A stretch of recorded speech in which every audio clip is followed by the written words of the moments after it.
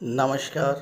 ज्योतिष शास्त्र में श्रद्धा और विश्वास रखने वाले सभी जातकों का पारलौकिक जगत चैनल में बहुत बहुत स्वागत है।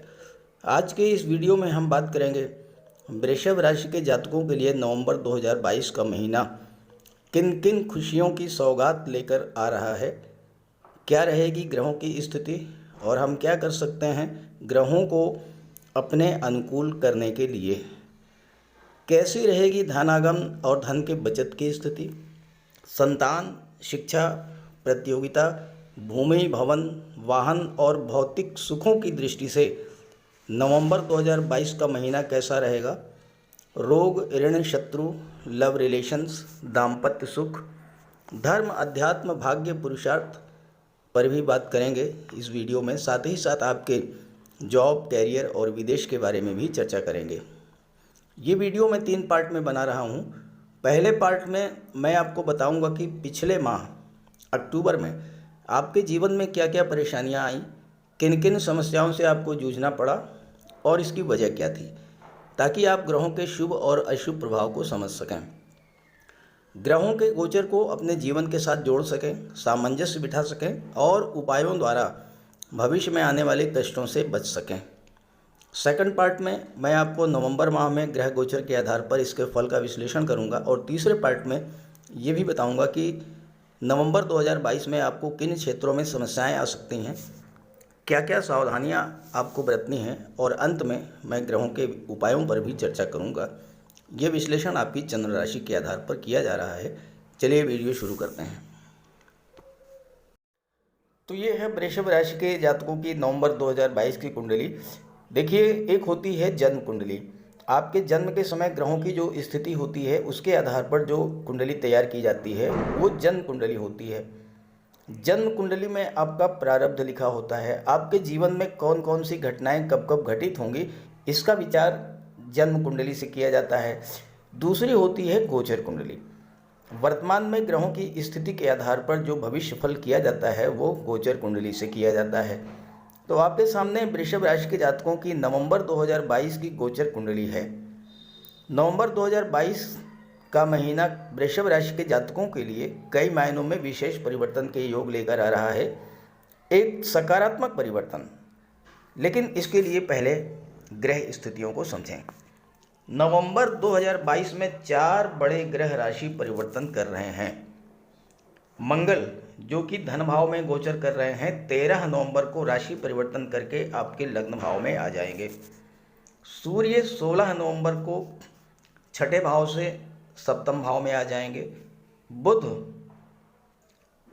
13 नवंबर को छठे भाव से राशि परिवर्तन करके सप्तम में आ जाएंगे और शुक्र 11 नवंबर को छठे भाव से राशि परिवर्तन करके सप्तम में आ जाएंगे। अब यहाँ पर देखिए, बुध और शुक्र का लक्ष्मी नारायण योग बनेगा, सूर्य बुध का बुधादित्य योग बनेगा और सबसे महत्वपूर्ण जो राजयोग बन रहा है वह है केंद्र त्रिकोण राजयोग। देखिए कैसे बनता है। केंद्र के भाव होते हैं पहला, चौथा, सातवां और 10वां। त्रिकोण का भाव होता है पंचम और नवम। जब पंचम या नवम भाव के स्वामी केंद्र के भाव के स्वामी के साथ युति बनाकर बैठें तो केंद्र त्रिकोण राजयोग बनता है और ये अत्यंत श्रेष्ठ राजयोग होता है। अब यहाँ देखिए, लग्न भाव जो कि केंद्र का भाव है इसके स्वामी हैं शुक्र। पंचम भाव जो कि त्रिकोण का भाव है इसके स्वामी है बुध। बुध और शुक्र की युति बन रही है कुंडली के सप्तम भाव में, तो केंद्र त्रिकोण राजयोग बन गया। अब ये राजयोग अत्यंत श्रेष्ठ होता है और कुंडली के कम से कम 6 भावों को प्रभावित करेगा। कुंडली का लग्न भाव और छठा भाव इसके स्वामी हैं शुक्र। कुंडली का पंचम भाव और धन भाव इसके स्वामी हैं बुध। बुध और शुक्र सप्तम में गोचर कर रहे हैं, तो इन भावों को ये केंद्र त्रिकोण राजयोग प्रभावित करेगा। देवगुरु मार्गी हो 24 नवंबर को मार्गी होंगे अपनी ही राशि में, लाभ के भाव में हर तरह का लाभ देंगे। शनि भाग्य भाव में मार्गी हो चुके हैं 23 अक्टूबर को, तो यहाँ भाग्य का सपोर्ट दिलाएंगे। राहु 12वें में है और केतु 6ठे भाव में है, और 12वें भाव में राहु भी बहुत अच्छा रिजल्ट देते हैं, क्योंकि राहु विदेश के कारक होते हैं और 12वां भाव विदेश का होता है। तो ये तो है ग्रह स्थितियाँ। अब पहले बात कर लेते हैं कि अक्टूबर माह में आपके जीवन में क्या क्या परेशानियाँ आई होंगी और क्यों आई होंगी। वृषभ राशि शुक्र की राशि है, दैत्य गुरु शुक्र की राशि है, और शुक्र बहुत ही अच्छी स्थिति में गोचर कर रहे हैं। बुध के साथ लक्ष्मी नारायण योग भी बना रहे हैं और केतु और केंद्र त्रिकोण राजयोग भी बना रहे हैं। तो शुक्र बुध शनि गुरु ये तो आपके लिए बहुत अच्छे रहेंगे। आपको कष्ट कहाँ से मिला? शुक्र के परम शत्रु हैं मंगल। मंगल का गोचर कुंडली के धन भाव में, द्वितीय भाव में 13 नवंबर तक रहेगा। अक्टूबर में मंगल द्वितीय भाव में और शत्रु राशि बुध की राशि में गोचर कर रहे हैं। जब शत्रु की राशि में गोचर करेंगे मंगल तो पीड़ित हुए, चूंकि मिथुन राशि बुध की राशि है, बुध और मंगल में नैसर्गिक शत्रुता है, तो शत्रु की राशि में गोचर करने से मंगल पीड़ित हुए। मंगल जब पीड़ित होते हैं तो व्यक्ति को कमजोर बना देते हैं, कार्यों को बिगाड़ देते हैं, और जब व्यक्ति अपने आप को कमजोर स्थिति में पाता है तो उसे क्रोध बहुत आता है। और कुंडली का जो दूसरा भाव है ये वाणी का भाव होता है। वाणी आपकी कटु ही होगी, वाणी में उग्रता रही होगी, क्रोध आपको बहुत अधिक आया होगा। क्रोध के कारण बिना वजह के विवाद होते हैं और शत्रुता बढ़ती है। आपके साथ भी ये सब कुछ हुआ होगा। मिथुन राशि में गोचर करते हुए मंगल पर केतु की भी दृष्टि पड़ी। केतु भी मंगल जैसा ही व्यवहार करते हैं। केतु डिटैचमेंट के, अलगाव के कारक हैं, तो आपके मन में निराशा और डिप्रेशन की भावना डेवलप हुई होगी। आपको ये लगा होगा कि मैं कुछ कर नहीं पाऊंगा, अब वो कुछ बन नहीं सकता, मेरा कुछ नहीं होगा। इस तरह की नेगेटिव फीलिंग्स आपके मन में केतु की वजह से आई होंगी। और अचानक से परिवारीजनों, मित्रों, सहयोगियों या पति पत्नी के बीच विवाद हुआ होगा और उस विवाद ने उग्र रूप धारण कर लिया होगा। और चूंकि मंगल की दृष्टि, चौथी दृष्टि पंचम भाव पर पड़ी, जो कि संतान और शिक्षा का भाव होता है, अशुभ मंगल के कारण संतान को भी कष्ट हुआ होगा। हो सकता है आपकी संतान को कोई परेशानी आई हो, या फिर अगर आप गर्भवती माता हैं तो निश्चित रूप से आपको परेशानी आई होगी, विशेष परेशानी झेलनी पड़ी होगी। मंगल के पीड़ित होने के कारण, और चूंकि मंगल की दृष्टि अष्टम भाव पर पड़ी, जहाँ के कमर के नीचे के रोगों का विचार किया जाता है, अष्टम भाव से आकस्मिक घटनाओं का विचार किया जाता है। मंगल दुर्घटना, एक्सीडेंट, चोट चपेट, ब्लड, सर्जरी के कारक होते हैं। पीड़ित मंगल के कारण आपको हाई ब्लड प्रेशर, नेत्र कष्ट या बड़े भाई से विवाद, ज्वाइंट पेन, गठिया, एक्सीडेंट, चोट चपेट, फोड़े फुंसी, बार बार बुखार आना, ये सब परेशानी आई होंगी। और अगर आपकी जन्म कुंडली में मंगल ज़्यादा ही खराब हो तो गुर्दे में पथरी की शिकायत भी हो सकती है। और मंगल की अष्टम दृष्टि नवम भाव पर पड़ी, भाग्य के भाव पर, और यहाँ पर शनि है, और मंगल और शनि में भी नैसर्गिक शत्रुता है, तो भाग्य का भी सपोर्ट नहीं मिला होगा। एक तो आपका मन काम में नहीं लगा होगा, क्योंकि मंगल पीड़ित हैं तो आपके अंदर उत्साह की कमी आई होगी, एनर्जी लेवल आपका डाउन हुआ होगा, और साथ ही साथ शनि पर दृष्टि पड़ी तो कार्यों में भी बाधा आई होगी। बनते बनते काम आपके बिगड़ गए होंगे। कोई काम आप शुरू करना चाहते थे, कार्य शुरू ही नहीं कर पाए होंगे, और अगर शुरू भी कर दिया होगा तो आधा अधूरा करके छोड़ दिया होगा। अशुभ मंगल के कारण धन के संचय में बाधा आई होगी, क्योंकि सेकंड हाउस धन के संचय का होता है। प्रॉपर्टी को लेकर के विवाद हुआ होगा। आत्मविश्वास में कमी और घबराहट हुई होगी। लगातार सिरदर्द की भी शिकायत हुई होगी। और मंगल चूंकि 12वें भाव के स्वामी हैं इस समय, 12वां भाव अस्पताल और न्यायपालिका का होता है, राजदंड का होता है, कोर्ट कचहरी का होता है। तो आपके चक्कर अस्पताल, doctors, nursing home, medical store के लगे होंगे। हो सकता है कोई विवाद हो गया हो, कोर्ट कचहरी के भी चक्कर आपके लग गए हों। मंगल ब्लड और सर्जरी के कारक हैं और हो सकता है इस गोचर काल में आपका किसी तरह का कोई ऑपरेशन भी हुआ हो। और अशुभ अशुभ मंगल की दृष्टि शनि पर पड़ी तो आपका काम में मन नहीं लगा होगा, थकान आलस्य महसूस हुई होगी, कार्य में बाधाएं आए होंगी, कार्य की गति मंद हो गई होगी और धनागम में भी दिक्कत आई होगी।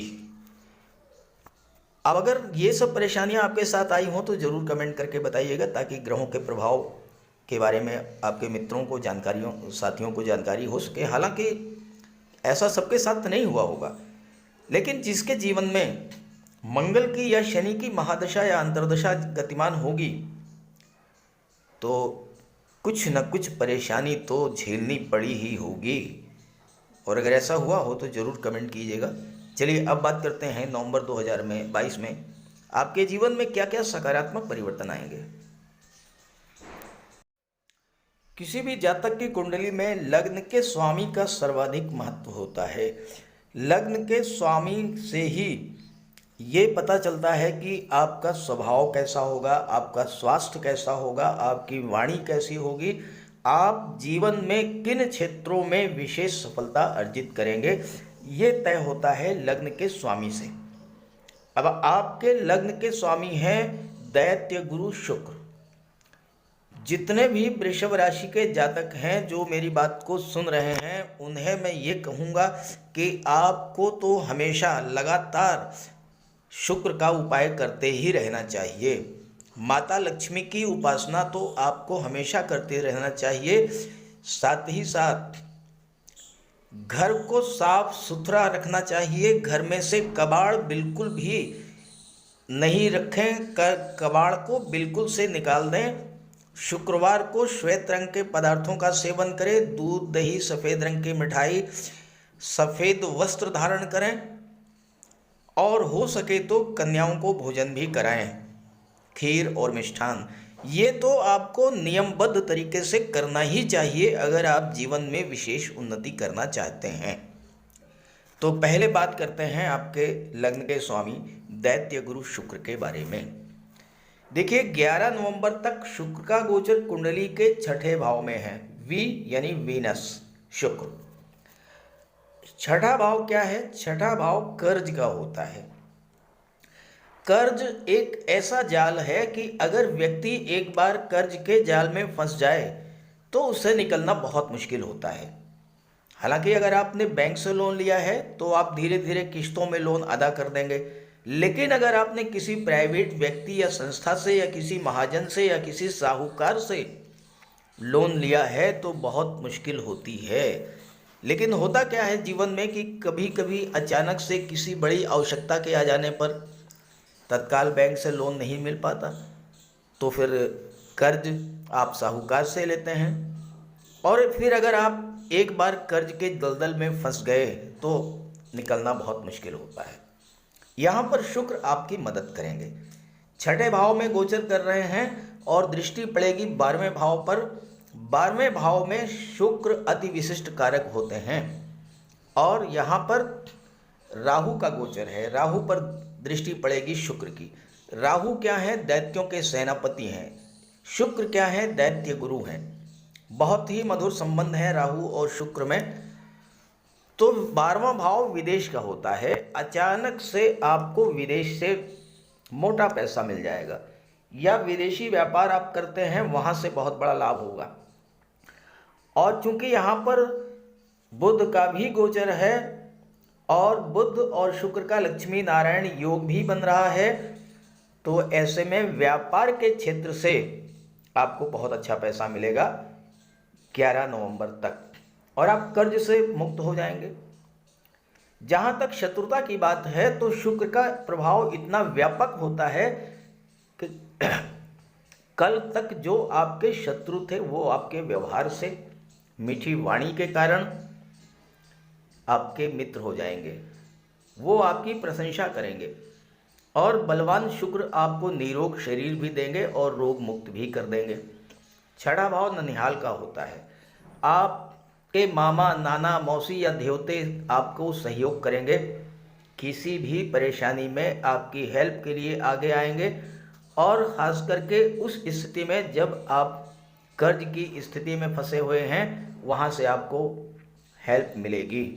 और ध्यान दीजिएगा कि शुक्र यहाँ विपरीत राजयोग भी बना रहे हैं, अपनी ही राशि में गोचर करेंगे। 11 नवंबर तक छठे भाव में है तो विपरीत राजयोग बना, तो आपको प्रतियोगी परीक्षाओं में भी सफलता देंगे, क्योंकि यहाँ पर बुध पंचम के स्वामी हैं और पंचम भाव शिक्षा और संतान का होता है, लव रिलेशंस का होता है। आपके लव रिलेशंस को भी स्ट्रॉन्ग करेंगे।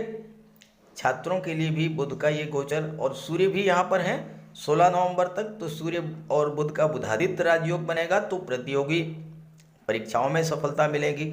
और ख़ासकर अगर आप ग्लैमर इंडस्ट्री में या मॉडलिंग के क्षेत्र में या टीवी सीरियल्स के क्षेत्र में या अभिनय या गायन वादन नृत्य किसी भी विधा में अगर आप प्रयास कर रहे हैं तो आपको लाभ होगा। किसी लंबी बीमारी से आपको मुक्ति मिल सकती है, कोर्ट केस में सफलता मिल सकती है, सुलह समझौता हो सकता है या फाइनल जजमेंट आपके पक्ष में आ सकता है। आपकी डेली इनकम में भी वृद्धि होगी। ये तो स्थिति रहेगी 11 नवंबर तक। इसके बाद शुक्र, सूर्य, बुध तीनों ही राशि परिवर्तन करेंगे। शुक्र सप्तम में आ जाएंगे 11 नवंबर को, बुध 13 नवंबर को सप्तम में, और सूर्य 16 नवंबर को सप्तम में आ जाएंगे। बुध और शुक्र यहाँ पर 13 नवंबर से केंद्र त्रिकोण राजयोग बनाएंगे। शुक्र केंद्र के भाव लग्न भाव के स्वामी हैं, बुध त्रिकोण के भाव पंचम के स्वामी हैं, और त्रिकोण और पंचम के केंद्र और त्रिकोण के स्वामी एक साथ बैठे हैं, तो केंद्र त्रिकोण राजयोग बन गया, जो कि अत्यंत श्रेष्ठ राजयोग होता है, दुर्लभ राजयोग है। वर्ष में शायद ही कभी किसी माह में बन जाए, और ये नवंबर के महीने में बन रहा है। सप्तम भाव आपके जीवन के उत्तरार्ध की शुरुआत होती है, गृहस्थ जीवन की शुरुआत होती है। और अगर सप्तम भाव अच्छा हुआ, सप्तम भाव में शुभ ग्रहों का गोचर हो या शुभ ग्रहों की दृष्टि पड़ रही है, तो समझिए कि आपका जीवन स्वर्ग हो गया। जीवन में खुशियां ही खुशियां हैं। और अगर सप्तम भाव खराब हो तो फिर आप स्वयं कल्पना कर सकते हैं। सप्तम भाव से जीवन साथी का विवाह का विचार किया जाता है। जीवन साथी कैसा होगा, उसका रूप रंग गुण स्वभाव कैसा होगा, ये इस बात पर डिपेंड करता है कि आपका सप्तम भाव कैसा है। अब यहाँ पर शुक्र राजयोग बना रहे हैं, एक नहीं दो राजयोग, केंद्र त्रिकोण राजयोग, लक्ष्मी नारायण योग। तो आपको एक बहुत ही अच्छा जीवन साथी मिलने का योग बना देंगे। ऐसा जीवन साथी जो वैचारिक स्तर पर आपके अनुरूप हो, शिक्षित हो, व्यवहार कुशल हो, हर सुख दुख में आपका साथ दे। शुक्र यही करेंगे और आपका विवाह करा देंगे। अगर आप विवाह के इच्छुक हैं तो इस गोचर काल में अच्छे से अच्छे रिश्ते आएंगे और आपका विवाह फाइनल हो जाएगा। जहाँ तक धन की बात है तो शुक्र धन, वैभव, ऐश्वर्य और सुखों के कारक हैं, और शुक्र आपके लग्न भाव के स्वामी हैं। तो आपको धन, संपत्ति, समृद्धि, संपन्नता सब कुछ प्रदान करेंगे। अपनी वाणी के बल पर, अपने व्यवहार के बल पर आप नवंबर के महीने में बहुत कुछ प्राप्त करेंगे। लोगों को मोह लेंगे आप अपने व्यवहार से, और जिस भी क्षेत्र में आप कार्य करेंगे वहाँ सफलता और धन प्राप्त होगा। खास करके कला के क्षेत्रों के लिए बहुत ही अच्छा है। बुध यहाँ पर है तो बुध व्यापार के कारक हैं, और अगर आप पार्टनरशिप में व्यापार करना चाहते हैं तो बहुत अच्छा रहेगा। ऐसा बिजनेस पार्टनर जो कोऑपरेटिव नेचर का हो, ईमानदार हो, परिश्रमी हो, साउंड फाइनेंशियल बैकग्राउंड का हो, वैसा पार्टनर आपको मिलेगा। और सप्तम भाव में अगर आप व्यापार महिलाओं के सहयोग से करते हैं तो वहाँ पर आपको बहुत अच्छी सफलता मिलेगी। आप अपनी पत्नी के नाम से, अपनी माता के नाम से किसी व्यापार व्यवसाय की शुरुआत कर सकते हैं और वो व्यापार व्यवसाय आपको बुलंदियों पर ले जाएगा। शनि शुक्र के मित्र हैं और शनि 23 अक्टूबर से मार्गी हो चुके हैं और भाग्य भाव में गोचर कर रहे हैं, तो भाग्य भी इस समय आपका पूरा साथ देगा।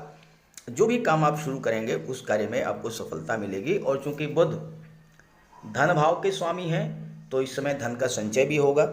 शेयर मार्केट से आपको धन की प्राप्ति होगी और शेयर में, प्रॉपर्टी में आप निवेश भी कर सकते हैं। हालांकि शेयर में निवेश करने से पहले आप किसी एक्सपर्ट की राय जरूर लीजिएगा, लेकिन सफलता तो आपको मिलेगी। और आकस्मिक रूप से बहुत कुछ आपको मिलेगा, क्योंकि राहु 12वें भाव में बैठे हुए हैं, तो विदेश से आपको बहुत कुछ प्राप्त होगा। जहाँ तक सूर्य की बात है तो सूर्य छठे भाव में गोचर कर रहे थे 16 नवंबर तक। 16 नवंबर तक छठे भाव में सूर्य रहेंगे। बुध के साथ बुधादित्य राजयोग बनेगा। सूर्य सरकारी नौकरी, शासन प्रशासन के कारक होते हैं, तो जो जातक IAS IPS सिविल सर्विसेज की तैयारी कर रहे हैं उनके लिए 16 नवंबर तक का समय बहुत अच्छा है। बुध और सूर्य सरकारी नौकरी के कारक होते हैं और बुध 13 नवंबर तक छठे भाव में गोचर कर रहेंगे और 13 नवंबर तक बुध की दृष्टि, सूर्य की दृष्टि 12वें भाव पर पड़ेगी, जो कि विदेश का भाव होता है। तो किसी विदेशी कंपनी में, किसी मल्टीनेशनल कंपनी में या प्राइवेट सेक्टर में आपको कंप्यूटर कम्युनिकेशन के क्षेत्र में, मैनेजमेंट के क्षेत्र में आपको जॉब मिल सकती है। सूर्य 16/11 को सप्तम में आ जाएंगे। अब यहाँ पर थोड़ा सा आपको सावधान रहना पड़ेगा। सूर्य का उपाय आप करते रहें। सूर्य सप्तम भाव में आपके दाम्पत्य जीवन के लिए अच्छे नहीं हैं, लव रिलेशंस के लिए अच्छे नहीं हैं, ये तनाव पैदा करेंगे। और इसकी वजह ये होगी कि आपके अंदर सूर्य के कारण क्रोध, अहंकार और ईगो की भावना डेवलप करेगी। हालांकि यहाँ पर शुक्र भी हैं और देवगुरु की दृष्टि भी पड़ रही है। दो शुभ ग्रह, अत्यंत शुभ ग्रह गुरु और शुक्र जहाँ पर गोचर करे तो वहाँ पर स्थिति को संभाल लेते हैं, खराब नहीं होने देते। तो सूर्य का बहुत विशेष प्रभाव नहीं पड़ेगा आपके दाम्पत्य जीवन पर। जहाँ तक शनि की बात है, शनि आपके राशि के स्वामी के मित्र हैं और भाग्य भाव में 23 अक्टूबर को मार्गी हो चुके हैं, तो भाग्य का सपोर्ट मिलेगा। सूर्य की दृष्टि, शनि की दृष्टि पड़ेगी तीसरे भाव पर, पराक्रम और पुरुषार्थ के भाव पर। तो आपके शरीर में, आपके मन में जो आलस्य की भावना थी वो दूर होगी, कार्यों में जो रुकावट थी वो दूर होगी, कार्य आपकी गति पकड़ेंगे, कार्यों में जो विघ्न बाधाएं थी वो समाप्त होंगी और नए उत्साह के साथ आप कार्य क्षेत्र में आगे बढ़ेंगे। जहाँ तक देवगुरु की बात है, धन के लाभ के भाव में गोचर कर रहे हैं और शनि की दृष्टि भी पड़ रही है। देवगुरु भी 24 नवंबर से मार्गी हो जाएंगे, तो आपको हर तरह का लाभ प्राप्त होगा। धन का लाभ होगा, संतान की प्राप्ति हो सकती है, आपका विवाह हो सकता है और आपके सोशल रिलेशन, सोशल सर्कल्स में वृद्धि होगी। अच्छे लोगों से, समाज के प्रतिष्ठित लोगों से आपके संपर्क बढ़ेंगे और उसका आपको पूरा लाभ मिलेगा। और चूंकि गुरु की दृष्टि पड़ेगी पंचम भाव पर, तो संतान के लिए अच्छा रहेगा, शिक्षा के लिए अच्छा रहेगा, विदेश जा सकते हैं हायर एजुकेशन के लिए। अब सावधान कहाँ रहना है, तो सावधान आपको मंगल से रहना है। पहले भी मंगल की वजह से कष्ट मिला और 13 नवंबर को मंगल एक बार फिर से आ जाएंगे। आपके लग्न भाव में शत्रु राशि में गोचर करेंगे, तो मंगल यहाँ भी आपको परेशान करेंगे और दाम्पत्य जीवन में भी मंगल की वजह से थोड़ा बहुत तनाव आएगा, तो आप इससे सावधान रहें। सूर्य का उपाय करें, बजरंगबली की उपासना करते रहें, मंगल का उपाय करें। एक बार मंगलवार के दिन आप बजरंगबली के मंदिर में जाइए, बैठिए उनके पास, उनके चरणों में शांति से 10-15 मिनट आप बात कीजिए उनसे, अपने कष्ट उनसे कहिए। बीच में कोई ना हो, आप हों और बजरंगबली हों, बस दो ही हों। पूरे मन से आप एक बार अपनी बात रखिए, देखिए फिर रिजल्ट क्या आता है। बहुत कुछ आपको मिलेगा, बजरंगबली आपकी बहुत बड़ी मदद कर देंगे, बशर्ते आप पूरे मन से। तो इस तरह से नवंबर का महीना आपके जीवन में एक बहुत बड़ा सकारात्मक परिवर्तन लेकर आ रहा है। अब आपके जीवन में जिस भी ग्रह की महादशा या अंतर्दशा चल रही हो या प्रत्यंतर दशा चल रही हो, अब जैसे सूर्य की महादशा और बुध की अंतर्दशा चल रही हो, तो स्वाभाविक सी बात है कि अगर सूर्य बुध आपकी कुंडली में मजबूत हुए तो सरकारी नौकरी आपको मिल जाएगी। बुध और शुक्र की महादशा अंतर्दशा चल रही है तो माता लक्ष्मी का आगमन होगा, धन की प्राप्ति होगी। गुरु की महादशा चल रही हो और सूर्य की अंतर्दशा चल रही हो या सूर्य की महादशा गुरु की अंतर्दशा, तो आपके नौकरी के योग बनेंगे, प्रशासन में जाने के योग बनेंगे, राजनीति में जाने के योग बनेंगे। तो जिस भी ग्रह की महादशा अंतर्दशा चल रही हो उसका उपाय जरूर कीजिएगा। तो चलिए बात कर लेते हैं उपायों पर। अगर आपके जन्म कुंडली में कोई भी ग्रह कमजोर स्थिति में है या अशुभ प्रभाव में है तो आप उसका उपाय कर लें। सूर्यदेव का उपाय करने के लिए आप सूर्यदेव की आराधना करें, भगवान भुवन भास्कर को अर्घ्य दें। रविवार के दिन तांबे के लोटे में जल, अक्षत, लाल पुष्प, रोली, चंदन ये डाल करके सूर्यदेव को अर्घ्य दें।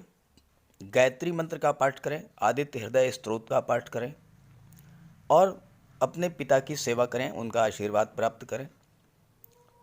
रविवार के दिन एक तांबे का छल्ला या तांबे की अंगूठी ये धारण करें। शनि, राहु और मंगल, इनका सबसे बढ़िया उपाय है, सर्वश्रेष्ठ उपाय है, बजरंग बली की उपासना करें, हनुमान चालीसा का पाठ करें, बजरंग बाण का पाठ करें। मंगलवार के दिन बजरंग बली के चरणों में बैठें, अपनी समस्या उनसे कहें। ध्यान रखें कि जो भी उपाय करें, जब भी आप उपाय करें तो उस समय आपके मन से सांसारिकता, भौतिकता ये सब बिल्कुल दूर होनी चाहिए। केवल आप हों और आपके आराध्य देव हों। मन से आपको उपासना करनी है। शनिदेव के लिए शनिवार के दिन पीपल के वृक्ष के नीचे सरसों के तेल का एक दीपक जला दें। शनिवार के दिन सरसों के तेल का दान करें और दीन, दुखी, लाचार, असहाय, दिव्यांग व्यक्तियों की आप जितनी मदद कर सकते हों उतनी मदद करें। साथ ही साथ छल, कपट, लालच, बेईमानी, झूठ, अहंकार, इन सब से दूर रहें। मंगल के लिए और शुक्र के लिए एक चांदी का छल्ला और एक चांदी की चेन धारण करें। शुक्र के लिए माता लक्ष्मी की आराधना करें और शुक्रवार के दिन श्वेत रंग के वस्त्र धारण करें। कन्याओं को भोजन कराएं, खीर, मिष्ठान का, और स्वयं भी श्वेत रंग के पदार्थों का ही भोजन करें। साथ ही साथ शुक्रवार के दिन श्वेत रंग के पदार्थों का दान भी करें। श्वेत वस्त्र, चावल, चीनी, इन चीज़ों का दान करने से माता लक्ष्मी प्रसन्न होती हैं। और घर को साफ सुथरा रखें, घर से कबाड़ को बिल्कुल हटा दें। बुध के लिए भगवान श्री गणेश की उपासना करें, गाय की सेवा करें और किन्नर को दान दें। किसी शुभ कार्य के लिए अगर आप बाहर जा रहे हैं तो आप अपने घर में कोई कन्या होगी, बेटी, बहन, भतीजी, कुछ उपहार, कुछ पैसे, मिठाई, खिलौने कुछ भी दे कर के जाएं। रास्ते में गाय मिले तो उसे गुड़ खिला दें, किन्नर मिले तो उसे 10-20 रुपए दे दें, आपका कार्य सिद्ध होगा। और इसके अलावा राहु और केतु, राहु के लिए मोरपंख का प्रयोग करें। घर के main door, bedroom, drawing room, इन सब जगह पर मोरपंख लगा दें। तकिए के नीचे एक मोरपंख रखें। एक सुरमे की डिबिया और एक चांदी की छोटी सी गोली हमेशा अपने पर्स में या अपनी जेब में रखें। केतु के लिए कौवे, काले कुत्ते, काली गाय, इनकी सेवा करें, इनको भोजन दें। देवगुरु बृहस्पति के लिए माता पिता, गुरु और वृद्धजनों का सम्मान करें। घर में केले का एक वृक्ष लगा लें, उसकी सेवा करें, भले ही गमले में लगा लें। हो सके तो गुरुवार का व्रत रखें। चंद्रमा के लिए भगवान भोले शंकर की उपासना करें। तो अगर आप ये सब उपाय करेंगे तो आपको निश्चित रूप से बहुत बड़ा लाभ होगा। और एक बात और आप समझ लें कि गर्मी का मौसम आ रहा है, आप पशु पक्षी इनके लिए जल की व्यवस्था करें, भोजन की व्यवस्था करें। एक छत पर आप छोटी सी प्याली में जल रख दें, एक दूसरी प्याली में कुछ अनाज रख दें। पशु पक्षी जो हैं आएंगे आपकी छत पर, भोजन ग्रहण करेंगे, जल ग्रहण करेंगे, आपको आशीर्वाद देंगे और ये चीज़ें आपके जीवन में बहुत बड़ा सकारात्मक उपाय लाएंगे। तो उपाय तो ज़रूर कीजिएगा, उपाय आप करेंगे तो आपको पूरा लाभ होगा। नमस्कार।